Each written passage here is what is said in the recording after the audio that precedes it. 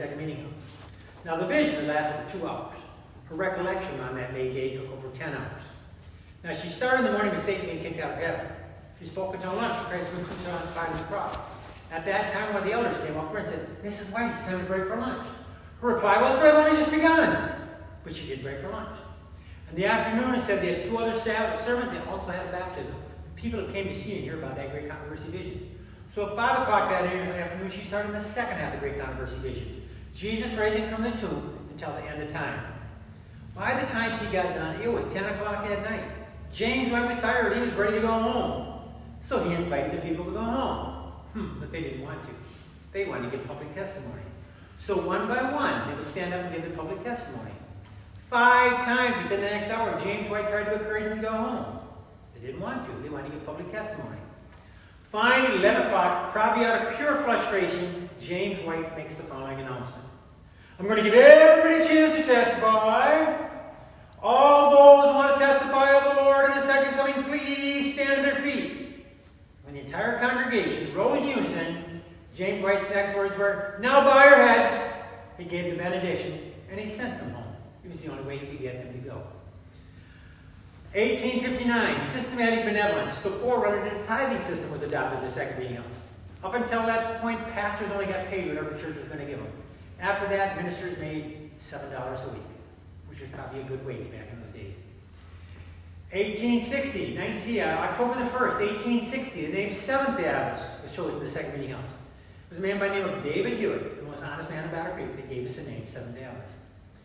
Well, by 1861, the first organization of that newly formed Seventh-day Adventist Church was the Michigan Conference.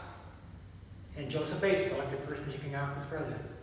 Also in that same conference, the Publishing Association was organized. By 1863, there were 7 local conferences. James White said, "We need to organize this church." You see, at that time, the Civil War was being fought here in the United States. Adventist boys were about ready to be drafted into the military. They could not go in as conscientious objectors, medics, because there was no organization behind them. That's one of the big reasons why this church was organized 59 years ago, May of this year, was the fighting of the Civil War. Well, for that first general conference, they had 20 delegates. They represented the 3,500 members of the Seventh-day Adventist Church in 1863. Well, this summer we had another general conference down in St. Louis, Missouri. They had 2,711 delegates. They represented the over 22 million Seventh-day Adventists in the world today. So we are growing as a denomination. But eventually the second meeting hall became too small. They built a third one that would seat 700 people. When that one got too old, or it was too small, they didn't tear that one down or sell it. What they did is they moved that across the street, became part of the Review and Herald. Part of the Review and Herald that burned down with John Calvin's book on pantheism on the press. That's another whole story we'll hear later on. When 1878, Battle Creek was the world headquarters of the Seventh-day Adventist Church. The Battle Creek Sanitarium was here, the Review and Herald was here, and they held a yearly general conference. It was decided that every Seventh-day Adventist around the world, at that time there was 15,000 of them, should fund to build the 4th meeting hall. Well, Edson White came up with this plan. If everybody were to give 10 cents a month for a year, they could fund a new meeting hall. The meeting hall became known as the Dying Tabernacle for all those 10-cent pieces. It would seat 3,200 people. So the largest seating capacity building in Battle Creek at that time. Fully funded right now with the hymnals and the pews, it costs less than $27,000 to build. To replicate the building alone, they would be in the millions. So I don't think that's ever going to happen on site.